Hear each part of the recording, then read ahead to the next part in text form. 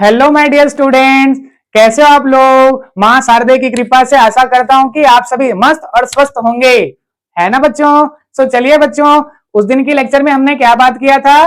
Darwin's के बारे में, डार्विन्स की यात्राओं के बारे में बात किया था, है ना। चलिए आज थोड़ा सा और उसी को क्या कर लेते हैं, सारांश देख लेते हैं कि डार्विन्स ने क्या क्या बोला था। डार्विन्स ने सबसे पहली बात बोला क्या था कि क्या है, जीवन जीने के लिए संघर्ष करना पड़ता है, प्रत्येक जीव को क्या है, संघर्ष करना ही पड़ेगा। ओके, और दूसरी बात क्या बोला था, जो जीव अपने आप को वातावरण के अनुसार नहीं ढाल पाएगा उसको क्या करना पड़ेगा, उस वातावरण से जाना पड़ेगा, माइग्रेशन करना पड़ेगा, या फिर अगर वहीं पास रहा तो जीवित नहीं रह पाएगा। वातावरण के अनुसार अगर अपने आप को अनुकूलित नहीं करोगे तो क्या होगी, आपकी डेथ होनी तय है। ऐसा किसने बोला है भाई? डार्विन साहब ने अपनी रिजल्ट की अवलोकन की रिजल्ट में बोला है। और क्या बोला है, जितने भी नए जीव होते हैं वो पुराने जीव से ही क्या होते हैं, उत्पन्न होते हैं, और जो क्या है विकास होता है वो कैसी होती है, शाखान्वित होती है। इन तमाम बातों के बारे में उन्होंने अपनी थ्योरी में रिप्रेजेंट किया है। बच्चों दो क्वेश्चन और आता है, इसी जमाने पर क्या था, विकास के टाइम पर ही क्या था, एक और साइंटिस्ट आया था वेलेस। वेलेस और डार्विन दोनों का काम क्या था, सेम टू सेम टॉपिक पर था, इसीलिए क्या है दोनों को एक साथ क्या मिला है, सफलता मिला। मतलब क्या है, दोनों की टॉपिक्स एक थे, इसीलिए दोनों को एक साथ एक ही टॉपिक्स पर रखा गया है। मतलब इवोल्यूशन के बारे में डार्विन ने भी बताया था और एक और साइंटिस्ट था वेलेस, उन्होंने भी बताया है। दोनों के पुस्तक का नाम आपकी चैप्टर की ब्रैकेट में लिखा हुआ है। तो क्वेश्चन पूछ लिया जाता है, डार्विन्स के द्वारा कौन सी पुस्तक लिखा गया है। डार्विन्स के द्वारा बच्चों, डार्विन ने क्या कौन सी पुस्तक लिखा है, natural selection, origin of new species by natural selection का पुस्तक किसके द्वारा लिखा गया है, डार्विन जी के द्वारा लिखा गया। और डार्विन के बारे में, उसके अवलोकन के बारे में, उसके पूरी बारे उस जानकारी, उसके पूरी डिटेल्स के बारे में जानकारी किसने लिखा है, वेलेस ने लिखा है। कौन सा पुस्तक वेलेस ने लिखा है बच्चों, वेलेस ने लिखा है डार्विनिज्म। ये दोनों क्वेश्चन आईएमपी है बच्चों, सो प्लीज इसको अच्छे से याद रखना। Origin of new species by natural selection and Darwinism written by Wallace. Okay बच्चों, नया टॉपिक है चयन। चयन का मतलब क्या है, जब विकास होता है तो प्रकृति किसका चयन करता है बच्चों, जीवों के लक्षणों का चयन कौन करता है, प्रकृति करता है। ओके बच्चों, प्रकृति का काम क्या है, प्रकृति नेचर का काम क्या है, लक्षणों का चुनाव करना। किसकी लक्षण, जीवों के लक्षण। ओके बच्चों, जीवों के लक्षणों के चुनाव को ही क्या बोला जाता है, सिलेक्शन। ओके, लक्षणों के चुनाव के दो प्रोसेस हो सकते हैं। कितने टाइप के सिलेक्शन हो सकते हैं बच्चों, टू टाइप्स की सिलेक्शन हो सकते हैं। एक कौन कर सकता है सिलेक्शन, जीवों के लक्षणों का सिलेक्शन कौन कर सकता है, दो लोग कर सकते हैं। कौन कौन से दो लोग भाई, एक कौन है, मनुष्य, मानव कहते हैं उसको, है कि नहीं, और दूसरा कौन कर सकता है, प्रकृति, जिसको नेचर बोला जाता है। ओके, अगर जीवों के लक्षणों का चुनाव प्रकृति के हिसाब से होता है, ओके बच्चों, प्रकृति क्या करता है, जीवों के लक्षणों का चुनाव करता है, तो उसको क्या कहते हैं, प्राकृतिक चयन कहते हैं। ओके बच्चों, और अगर जीवों के लक्षणों का चुनाव मनुष्य के द्वारा होता है तब उसे क्या कहते हैं, कृत्रिम चयन, इट मींस आर्टिफिशियल सिलेक्शन कहते हैं। ओके बच्चों, तो सिलेक्शन टू टाइप्स का होता है, जीवों के कैरेक्टर का सिलेक्शन टू टाइप्स का है, एक है नेचुरल सिलेक्शन और एक क्या है, आर्टिफिशियल सिलेक्शन। अगर ह्यूमन बींग्स करता है सिलेक्शन को तो उसको नेचुरल सिलेक्शन नहीं बोलेंगे, क्या बोलेंगे, आर्टिफिशियल बोलेंगे ना। और क्या बोलते हैं, अगर नेचर के थ्रू सिलेक्शन होता है तब उसको क्या कहते हैं, प्राकृतिक चयन कहते हैं। ओके बच्चों, दोनों के एग्जाम्पल पूछ लिए जाते हैं बच्चों, याद रखना दोनों के एग्जाम्पल। तो जो आपके जो क्या है, मवेशियों, कुत्ता, बिल्ली, ऊंट, ये जो नए नए जो वेराइटीज आते हैं, आपने देखा डॉग्स की कितनी सारी वेराइटीज है, मुर्गियों की कितनी सारी वैरायटी है, मछलियों की कितनी सारी वैरायटी है, जो चाहो वैसी वैरायटी है। तो लेकिन ये सारी वैरायटी क्या नेचर ने बनाया है, नहीं, इसको किसने बनाया है, ह्यूमन बींग्स ने बनाया है, अपनी आवश्यकताओं की पूर्ति के लिए, अपनी इच्छाओं की पूर्ति के लिए क्या क्या है, उन्होंने अपने हिसाब से क्या है, जीवों को डिजाइन किया है। तो ये क्या है बेटा, मनुष्य ने किया है ना इसको, इसीलिए क्या कह सकते हैं, आपका क्या है, ये आर्टिफिशियल सिलेक्शन का एग्जांपल्स आएगा। आपके बुक में लिखा हुआ है कि कुत्तों के जो नए नए नस्ल बने हुए हैं ये कौन से सिलेक्शन के अंतर्गत आता है, तो आंसर में याद रखना कृत्रिम चयन के अंदर आएगा। ओके बच्चों, और प्राकृतिक चयन का भी एग्जांपल आपके पुस्तक में दिया हुआ है, ध्यान से पढ़ेंगे तो प्राकृतिक चयन का उदाहरण मिल जाएगा। तो चोंच का 15 से ज्यादा प्रकार के फिंच के चोंच का बनना किसके कारण से हुआ है बच्चों, प्राकृतिक चयन के कारण से हुआ है। और एक जगह पर क्या है, एंटीबायोटिक्स, एक कल्चर मीडिया में क्या किया जाता है, एंटीबायोटिक्स को डाल दिया जाता है और उसके बाद देखा जाता है कि बहुत सारे बैक्टीरिया की डेथ हो जाती है, लेकिन कुछ बैक्टीरिया बच जाता है उसमें। तो उसमें जो कुछ बैक्टीरिया बचा हुआ है वो भी किसके कारण से बचा हुआ है कि उन्होंने उस वातावरण में अपने आप को क्या कर लिया है, अनुकूलित कर लिया है, इसलिए वो बच गया। तो ये भी क्या है बच्चों, आपके प्राकृतिक चयन का ही एग्जाम्पल्स है। ओके बच्चों, सो प्राकृतिक चयन मैं कह सकता हूं ये एक स्लो प्रोसेस है, धीरे धीरे होता है। और कृत्रिम चयन कैसे होते हैं, अचानक और तीव्र गति से होते हैं। याद रखिए, दोनों में अंतर पूछ लिया जाता है, प्राकृतिक चयन और कृत्रिम चयन में क्या अंतर है। प्राकृतिक चयन धीरे धीरे होता है, स्लो प्रोसेस है, और जो कृत्रिम चयन होते हैं वो कैसे होते हैं, वो फास्ट प्रोसेस होते हैं। ओके बच्चों, ये क्या होते हैं, इसमें ज्यादा टाइम लगेगा, इसमें कैसे लगेगा, कम टाइम लगता है। ओके बच्चों, सो याद रखिएगा दोनों में अंतर पूछ लिए जाते हैं। नाउ नेक्स्ट क्वेश्चन क्या है बेटा, अनुकूलन क्या है। अनुकूलन का मतलब क्या होता है, एडॉप्टेशन, वातावरण के अनुसार से एडजस्ट कर लेना अपने आप को। अरे भाई है कि नहीं, आप भी अगर आप क्लास में जाते हैं और क्लास में क्या है अपने आप को एडजस्ट नहीं कर पाएंगे तो क्लास में बोरिंग लगेगा ना, हो सकता है मन भी ना लगे। लेकिन क्या है, अगर क्या है आप वहां पर कुछ दिन क्या कहते हैं टाइम स्पेंड करते हैं, दोस्त बन जाते हैं, तो उसके बाद वही माहौल क्या लगता है, अच्छा लगता है। तो याद रखेंगे, अगर आप माहौल में ढल जाते हैं, इसी को क्या कहा जाता है, अनुकूलन कहते हैं।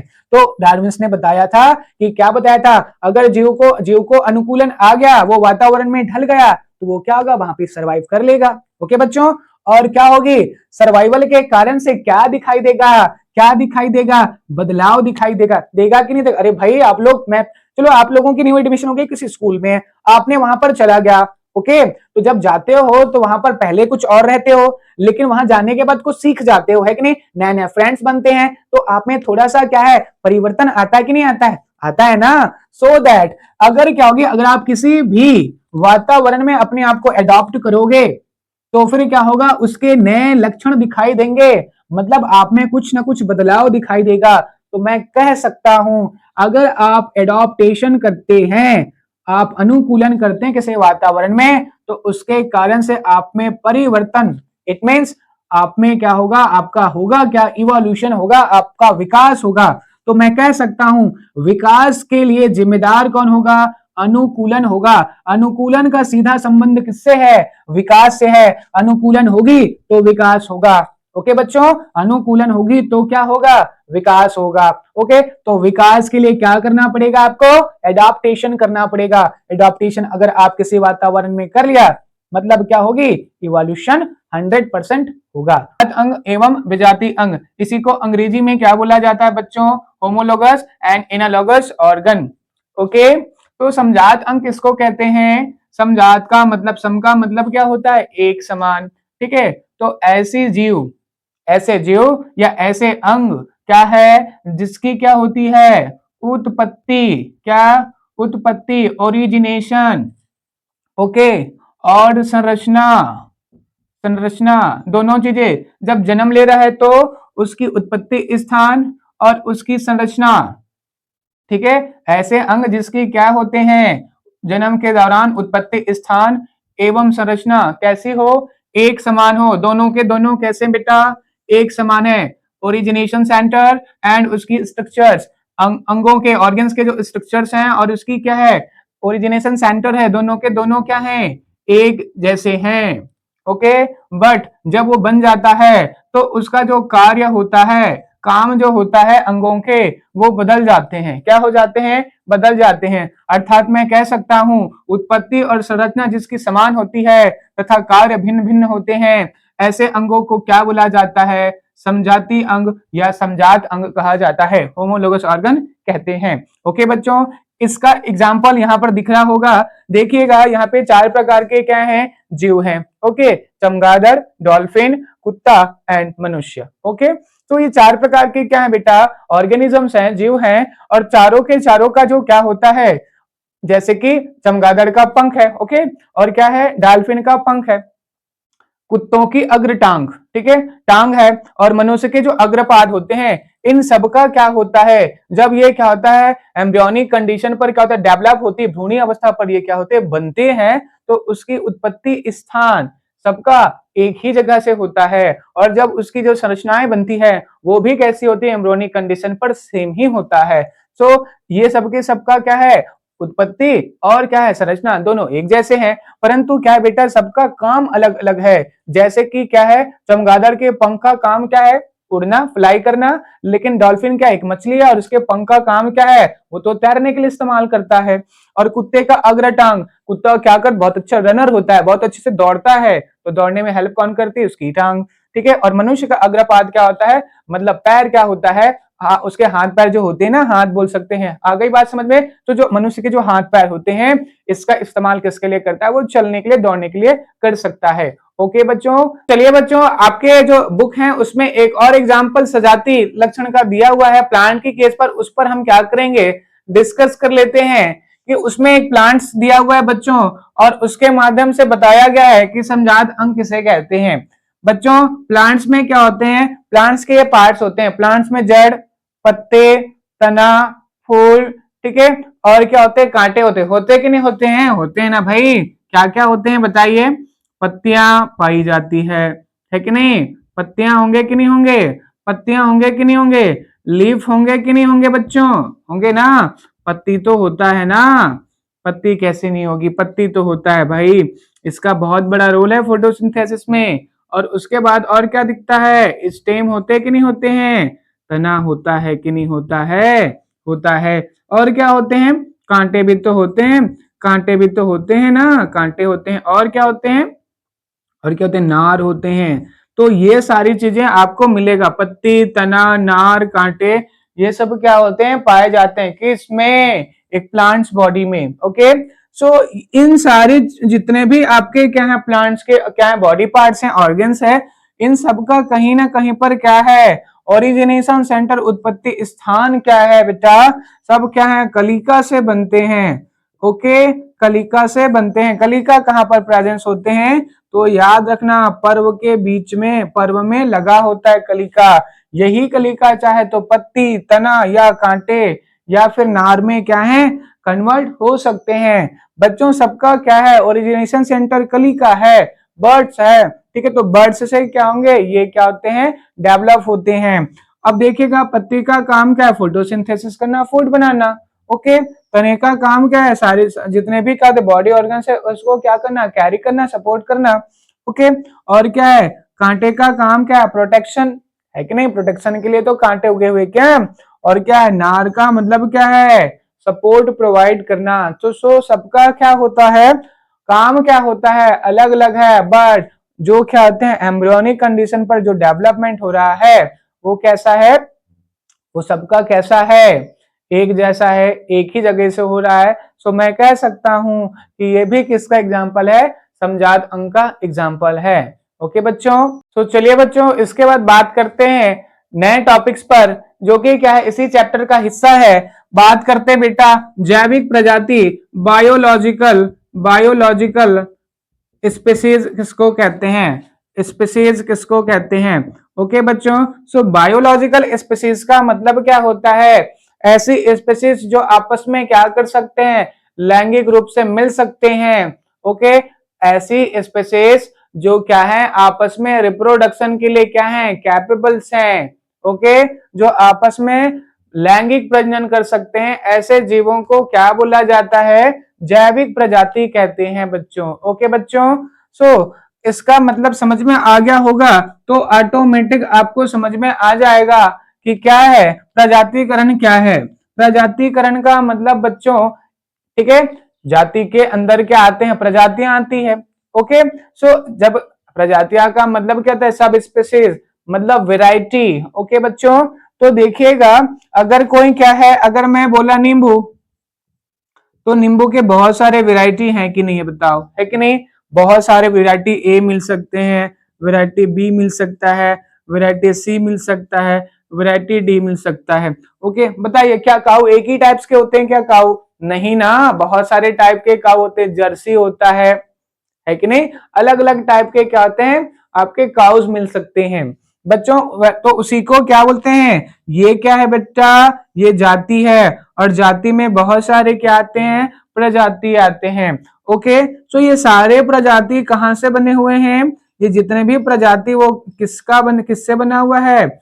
इससे बना हुआ है, मतलब जाति से बना हुआ है। जाति के अंदर पर बहुत सारे प्रजाति आते हैं। ओके, सो ये सारी प्रजाति कहाँ से बने हुए हैं? ये क्या है? मेन जाति से बना हुआ है। लेकिन क्या ये सारे प्रजाति एक जैसे हैं क्या बच्चों? नहीं, क्योंकि क्या है, अगर एक जैसा होता तो एक ही में इंक्लूड हो जाता। इन सब में क्या है, कुछ ना कुछ क्या है, लक्षण भिन्न पाए जाते हैं, डिफरेंट पाए जाते हैं। और इसीलिए क्या है, जब लक्षण थोड़ा सा भी बदल जाता है तो एक नए स्पीसीज का क्या हो जाता है? डेवलपमेंट हो जाता है। अगर जाति से क्या है, थोड़ा सा भी लक्षण क्या हुआ, बदला, मतलब वो एक नई प्रजाति को क्या करता है? जन्म देता है। तो याद रखना बच्चों, ठीक है, आपको एवोल्यूशन में बताया भी गया है कि ओल्ड स्पीसीज ही नए स्पीसीज को क्या करता है? जन्म देता है। तो नए प्रजाति बनने की जो प्रक्रिया होता है, पुरानी प्रजाति से जब नए प्रजाति बनते हैं तो बनने की प्रक्रिया को ही क्या कहते हैं बेटा? प्राकृतिकरण कहते हैं। ओके, पुरानी प्रजाति जब नई प्रजाति बनाती है तो जो प्रक्रिया चलता है उसी को क्या कहते हैं? प्रजातिकरण या स्पेसिएशन कहते हैं। ओके बच्चों, समझ में आ गई होगी बात, ठीक है। तो एक और क्वेश्चन है जो सबसे ज्यादा आईएमपी होता है, ठीक है, क्या प्रजातिकरण से इवोल्यूशन का कोई बेनिफिट है क्या? आ गई बात समझ में? क्या प्रजातिकरण करने से, नए स्पीसीज बनाने से क्या इवोल्यूशन संभव है? एक क्वेश्चन है, क्या इवोल्यूशन के लिए जिम्मेदार है प्रजातिकरण? स्पेसिएशन क्या जिम्मेदार है क्या इवोल्यूशन के लिए? तो जी हाँ, अगर क्या होगी बेटा, नए प्रजाति बनेंगे तो डेफिनेटली क्या होगा? इवोल्यूशन होगा। आ गई बात समझ में? इवोल्यूशन का मतलब ही तो क्या होता है? चेंज, बदलाव, है कि नहीं? जैसे जैसे टाइम स्पेंड होता है वैसे वैसे जीवों के क्या होते हैं? स्ट्रक्चर, उसकी बिहेवियर में चेंज आता जाता है। इसी को क्या कहते हैं? इवोल्यूशंस कहते हैं। हमारे भी तो पूछते अब हैं क्या? नहीं है ना, मतलब रिमूव हो गए हैं। ओके बच्चों, तो क्या है, वो भी किसके कारण से हुआ? इवोल्यूशंस के कारण ही हुआ है। ओके, सो नए नए प्रजाति बनेंगे तो इवोल्यूशन तो डेफिनेटली होगा। होगा कि नहीं? होगा। और एक और क्वेश्चन है बच्चों, है कि नहीं, जितनी ज्यादा प्रजातिकरण होगा, जितनी ज्यादा नए नए वैरायटी बनेंगे तो क्या बढ़ेगा बेटा? जीवों में क्या बढ़ेगा? जैव विविधता एक शब्द है जिसको बायोडायवर्सिटी कहते हैं, उसमें क्या होगा? उसमें इंक्रीमेंट होगा कि नहीं होगा बताइए? उसमें तो इंक्रीमेंट होगा ना। जैव विविधता क्या होगी? जैव विविधता का मतलब क्या होता है? बायोडायवर्सिटी। क्या होता है? बायोडायवर्सिटी। ओके, सो बायोडायवर्सिटी क्या हो जाएगा? इंक्रीज हो जाएगा। इतनी बात समझ में आया कि नहीं आया बच्चों? आनी चाहिए बच्चों, समझ में क्लियर है कि नहीं है? अगर क्या होगी, नए नए प्रजाति बनेंगे भाई, तो फिर क्या होगी? उसकी वैरायटी बढ़ेगा। वैरायटी बढ़ेगा तो क्या क्या? जीव विविध प्रकार के हो जाएंगे। ओके, तो इवोल्यूशन से, प्रजातिकरण से क्या, किसका विकास होगा? इवोल्यूशन का विकास, मतलब इवोल्यूशन होंगे। और इवोल्यूशन से क्या होगी? बायोडायवर्सिटी इंक्रीज होगा। तो ये तीनों की तीनों क्या को रिलेटेड है, एक दूसरे से संबंधित है। प्रजातिकरण से क्या होगी? इवोल्यूशन ज्यादा होगी, और इवोल्यूशन से क्या होगी? बायोडायवर्सिटी इंक्रीज होगा। ओके बच्चों, और कुछ टॉपिक्स हैं इस चैप्टर्स के, जैसे कि फॉसिल्स हैं। फॉसिल क्या होता है? जीवाश्म क्या होता है? तो याद रखना है कि नहीं, जो क्या होता है, खुदाई से प्राप्त जितने भी क्या होते हैं, जो मिट्टी के अंदर में दब गए अवशेष हैं, किसकी? अवशेष किसकी? अवशेष किसकी? जीवों के अवशेष को ही क्या बोला जाता है? जीवों के क्या है? अवशेष जो खुदाई से प्राप्त हो रहे हैं, ठीक है, उसी को क्या बोला जाता है बेटा? जीवाश्म बोला जाता है, फॉसिल बोला जाता है। Dead remain part of the human body या किसी भी लिविंग ऑर्गेनिजम्स के डेड रिमेन पार्ट, अवशेष को ही क्या बोला जाता है?